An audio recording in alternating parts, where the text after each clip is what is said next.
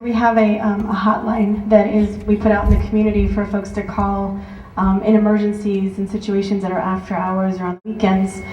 And Patricia Moreno is also one of our promotoras, and she's one of the individuals that mostly staffs the phone line. And so I've invited her to talk about a couple of the types of cases that we've had come into the phone line. Hi. We have a lot of cases, very sad cases. We have one of the cases where the two children were getting out from the church, and they were stopped by the highway patrol. In an hour, the family came find the children. I think they put her in a foster care on Phoenix. They took like 3 months to reunite them. They asked them for the parents' fingerprints, and they were tested by tuberculosis, and they got a pregnancy test.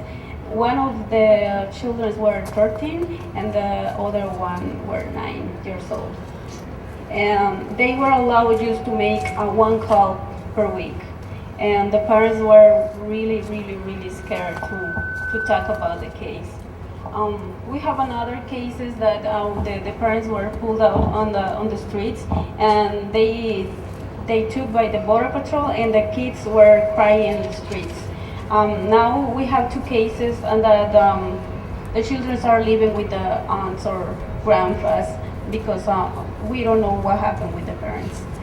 Also, we have another case that the children is with the grandma because her mama is in detention, and she's going to be deported this month. So these are some cases that we have to deal every day, a lot of sad cases. And one important thing to note about the calls that come in, people like to think that immigration is a federal issue, it's a federal problem, and we're only seeing that issues on federal levels. But most of the calls that come in, the interaction or how people end up in deportation is through police, through local law enforcement. And we cannot forget that this connection to the deaths on the border, to the deportations, to all of the things that we're seeing, the raids, all of this, many of them are instigated by local law enforcement.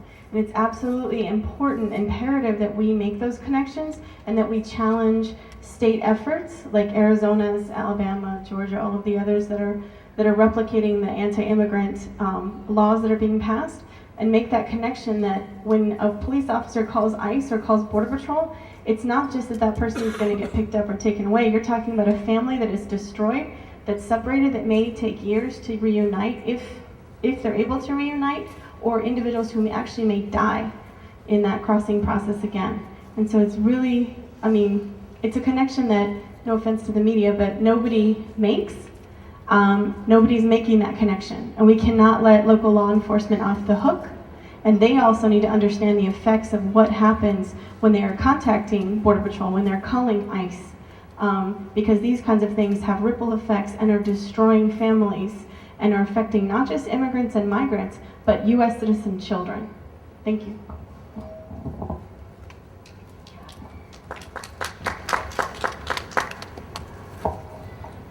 I think it's important to know that in Arizona, each of the 15 counties are part of the Secure Communities apparatus. Although not all local jurisdictions have 287G agreements with the federal government, the Secure Communities Agreement does allow each county to employ local law enforcement in these kinds of decisions regarding children and families. So it's very close to us here on the ground. And as I want to reinforce what Kat has said, and what some of you may not realize, and that is that local police instigate many of the processes that bring families into these catastrophic situations. So they need our support in understanding what it is that happens when they make that phone call. And we implore you to stay in touch with local law enforcement and help them realize what happens, the entire chain of events that occurs when these families are taken away from their children. That ends our press conference, other than a couple of recommendations, and I know each speaker has had some recommendations. One of them, as Nina had mentioned, is that Child Protective Services needs the opportunity, or she began to mention that they need more training, that we hope that that will occur, that they need more training in immigration processes, and they need to lose their fear. And I think the more training and exposure they have and the more knowledge they have that these children, similar to children affected by the Indian Child Welfare Act, deserve full treatment, deserve to be with their parents, and there are certain processes that allow that to happen. They need to learn those, we need to help them do that. We urge the Child Protective Services personnel to stay, thank you, to stay in touch with the local consulate. As I mentioned, the Mexico consulate here is a very helpful one. Calls to the consulate can allow for visits from parents who are deported, phone calls from parents on the other side, searching for relatives who may be suitable to take care of children so they can leave the child foster care system. Even a deportation should not stop a family from being reunited. So employ those consulates. They are located in Yuma, the Mexico consulate in Yuma, Phoenix, this area, and there's a whole network online. Very helpful and very necessary. We want to promote, as Yali was saying, prosecutorial discretion.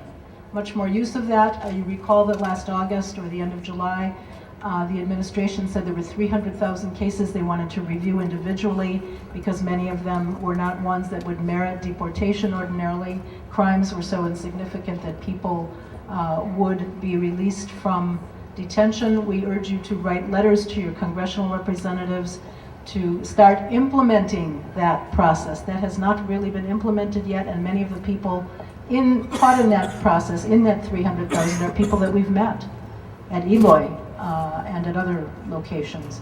So let's start using prosecutorial discretion to let those people go, let them stay with their families, and particularly where there are children involved, that there be expedited release so that these families can fight their immigration case on the outside, even if necessary with some sort of monitoring device, so that they can be together with their children.